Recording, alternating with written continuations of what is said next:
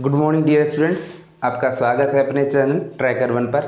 मैं दाऊद रस्तोगी आपके सामने मैथ का बैक टू बैक लेक्चर्स ला रहा हूं, जिसमें हम लोगों ने क्यूब पढ़ा, क्यूब के बाद क्यूबॉइड पढ़ा। अब हम लोग जो पढ़ रहे हैं वो है सिलेंडर। तो आइए जानते हैं क्या है सिलेंडर। आप लोग इस सेशन को कंप्लीट देखिए कुछ क्वेरीज आ रही थी कि आप लोग वीडियो कंप्लीट देखते नहीं। जब तक आप वीडियो कंप्लीट देखेंगे नहीं तब तक आपको चीज़ें समझ में नहीं आएंगी। तो आपको अगर रेलवे की, एसएससी की या यूपी पॉलिटेक्निक कंपटीशन एग्ज़ाम देने हैं तो आपको ये चीज़ बहुत इंपॉर्टेंट होता है कि आप लेक्चर्स को कम्प्लीटली देखें। ठीक है, सारे लेक्चर्स को ध्यान दीजिए। सबसे पहले हम लोग बात कर लेते हैं बेलन। तो बेलन ऐसे शेप का होता है जिसकी ऊंचाई होती है h और जिसकी त्रिज्या होती है स्मॉल r। त्रिज्या स्मॉल r है और ऊंचाई h है। तो अब यहाँ पे बात करते हैं कि बेलन का आयतन क्या होगा। तो बेलन का आयतन होगा पाई आर स्क्वायर एच, यानी बेलन का आयतन पाई आर स्क्वायर एच। बेलन का जो वक्रपृष्ठ होगा वो होगा 2 पाई आर एच। देखिए हम इसको तोड़ के बता सकते हैं कैसे है, कैसे फार्मूला बना। उसके लिए आपको कमेंट करना पड़ेगा। हम ये पूरा डेरिवेशन बता देंगे कि बेलन का आयतन कैसे निकलता है, बेलन का वक्रपृष्ठ कैसे निकलता है और बेलन का संपूर्ण पृष्ठ। तो बेलन का संपूर्ण पृष्ठ है 2 पाई आर प्लस एच। पहले आप लोगों को हम बता दें, अगर आपके देखिए ध्यान दीजिएगा, बहुत सारे लोगों के सामने प्रॉब्लम होती है कि पाई का मान क्या रखें। तो पाई का मान 22/7 और 3.14 और वगैरह जो रखने की स्थिति आती है वो हम सवाल को देख कर रखते हैं। अगर कहीं सवाल में त्रिज्या या ऊंचाई का मान 7 के इर्द गिर्द 7 के गुणज के रूप में आ रहा है तो 22/7 रखेंगे। अगर 7 के गुणज के रूप में नहीं आ रहा है तो आप ऐसा रख करके काम चला सकते हैं। ठीक है, अब आइए स्टार्ट करते हैं पहले सवाल को, जो कि आपकी बोर्ड स्क्रीन पर दिया गया है। पहला सवाल कह क्या रहा है, हम इसको हटा देते हैं, आप लोग इसको नोट कर लीजिएगा। पहला सवाल कह क्या रहा है, ध्यान से पढ़ते हैं। यहाँ पर दिया है दो बेलन, प्रथम के आधार की त्रिज्या, ठीक है, प्रथम के आधार की त्रिज्या r1 बराबर मान लेते हैं, सॉल्यूशन करते हुए चलते हैं। प्रथम के आधार की त्रिज्या दूसरे के आधार की त्रिज्या के आधी है, यानी दूसरे वाले बेलन के आधार की त्रिज्या अगर r है तो पहले वाले की कितनी है, दूसरे के आधी है। ठीक है, किंतु पहले की ऊंचाई वैल्यूज़ को मानना अगर आप जान गए हैं तो आप आसानी से कर ले जाएंगे। पहले की ऊंचाई दूसरे के ऊंचाई के दोगुनी है, तो दूसरे को h मान लें और पहले वाले को क्या मान लें, 2h मान लें। अब उनके आयतनों का अनुपात चाहिए, तो आयतनों का अनुपात क्या होगा, तो आयतनों का अनुपात v1/v2। अभी हमने बताया था पाई r1 स्क्वायर h1 बटा पाई r2 स्क्वायर h2। ये अनुपात हो जाता है, पाई से पाई कट जाएगा, r1 का मान हो जाएगा r/2 का स्क्वायर और h1 का मान 2h। यहाँ पर r2 का मान r स्क्वायर और h2 का मान h, ये h और ये h कट गया, r स्क्वायर। अब हम कैसे काटेंगे, तो ये r²/4 और इंटू 2/r स्क्वायर, ये और ये कट गया, ये कट गया 1/2, यानी इसका जो अनुपात होगा वो 1:2 होगा। तो आपको ये चीज़ अगर समझ में आई हो तो अगले क्वेश्चन की ओर चलते हैं। तो हम लोग अगले सवाल पर आ गए हैं। ये सवाल क्या है, यदि बेलन की त्रिज्या में 50% की कमी कर दी जाए तथा उसकी ऊंचाई 50% बढ़ा दी जाए तो उसके आयतन में कितना परिवर्तन होगा। ये वास्तव में बेलन का क्वेश्चन नहीं है, ये क्वेश्चन तो परसेंटेज का है, लेकिन यहाँ एक छोटा सा फार्मूला लग रहा है बेलन वाला, इसीलिए इसकी आवश्यकता है। ठीक है, तो आइए देखते हैं। बेलन का जो आयतन होता है वो होता है v बराबर पाई आर स्क्वायर एच, यानी r का टर्म 2 बार और h का टर्म कितनी बार आया है, 1 बार आया है। ये आपको ध्यान देने योग्य बात है। बहुत महत्वपूर्ण बात यहाँ पर है, 50% का मान होता क्या है, 50% का मान। तो 50% का मान जो होता है वो होता है 50/100, यानी 1/2 होता है। 50% का मान क्या होता है, 1/2 होता है। ठीक, अब ध्यान से देखिएगा इस सवाल को। यहाँ पर क्या कह रहा है कि जो त्रिज्या थी वो 50% कम कर दी गई। त्रिज्या 50% कम कर दी गई इन द सेंस त्रिज्या कितनी थी, 2 थी, और 50% का मतलब 2 में से 1 को क्या कर दिया गया, कम कर दिया गया। अब बात समझिएगा, यानी पहले त्रिज्या कितनी थी, 2 थी, अब कितना कर दिया गया, 1 कर दिया गया।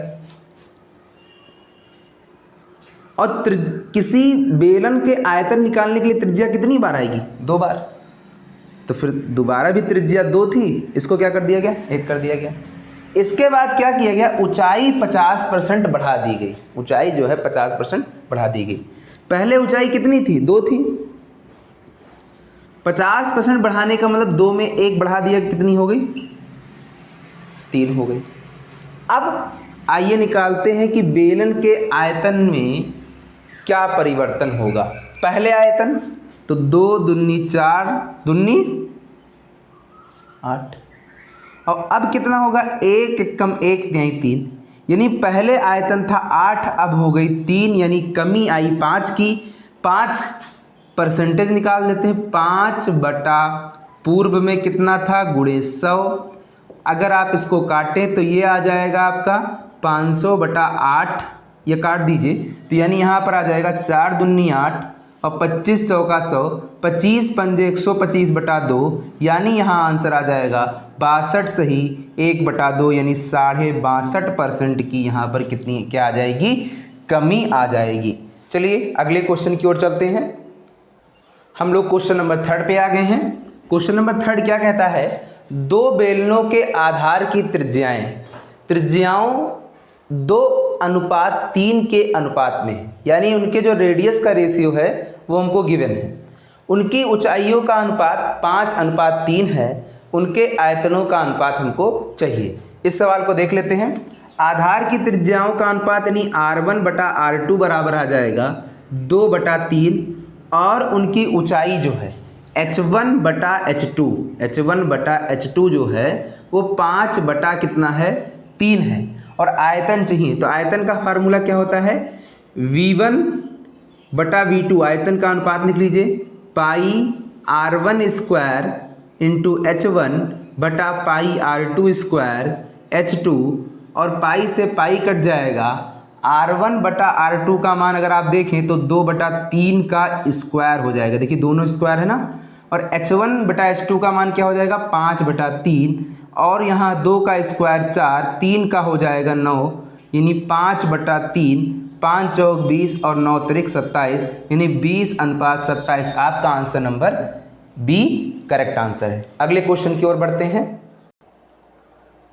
तो हम 4th क्वेश्चन पे आ चुके हैं। 4th क्वेश्चन क्या कहता है, समान आयतन के 2 लंबवृत्तीय बेलनों के ऊंचाई का अनुपात, यानी 2 बेलन हैं जिनके आयतन क्या है, समान है, बराबर है। ऊंचाइयों का अनुपात दिया गया है और उनके अर्धव्यास यानी त्रिज्या ही को ही कहते हैं, अर्धव्यास त्रिज्या का अनुपात क्या होगा। तो देखिए आइए कैसे हल करेंगे। क्वेश्चन नंबर 4 की सॉल्विंग देखते हैं।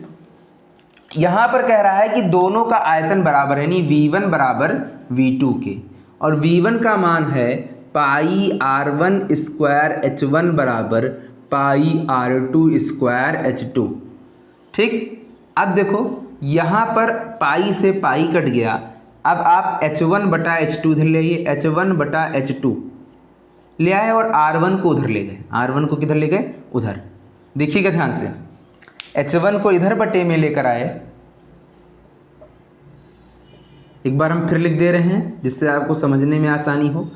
H1 बटा H2 दिख रहा है, और यहाँ R2 बटा R1 का स्क्वायर।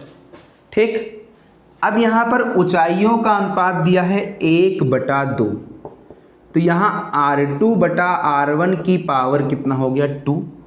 तो 2 इधर भी लाने के लिए हमको कुछ करना पड़ेगा, क्या करना पड़ेगा, इसको लिख देंगे 1/√2 का स्क्वायर, ये हो जाएगा R2 बटा R1 का स्क्वायर, दोनों स्क्वायर इक्वल हैं तो 1/√2, और यहाँ R2/R1।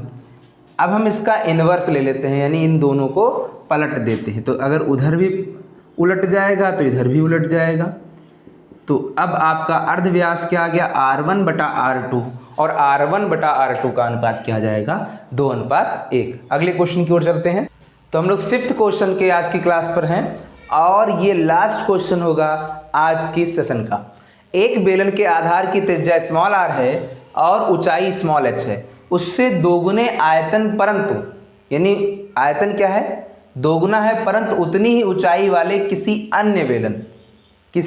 अन्य बेलन के आधार की त्रिज्या क्या होगी। ठीक है, आइए देखते हैं। सबसे पहले आपको पता होना चाहिए जो पहले वाले बेलन जिसकी ऊंचाई और त्रिज्या ज्ञात है उसका आयतन क्या होगा। तो आप कहेंगे जो ज्ञात है उसका आयतन हो जाएगा v बराबर पाई r स्क्वायर h, ये ज्ञात है। अब जो नहीं ज्ञात है वो क्या होगा, तो जो नहीं ज्ञात है उसको हमने v डैश नाम दिया है और वो पहले बेलन के आयतन का क्या है, दोगुना है। ठीक, तो दोगुना है तो यहाँ लिख देंगे 2 पाई r स्क्वायर h।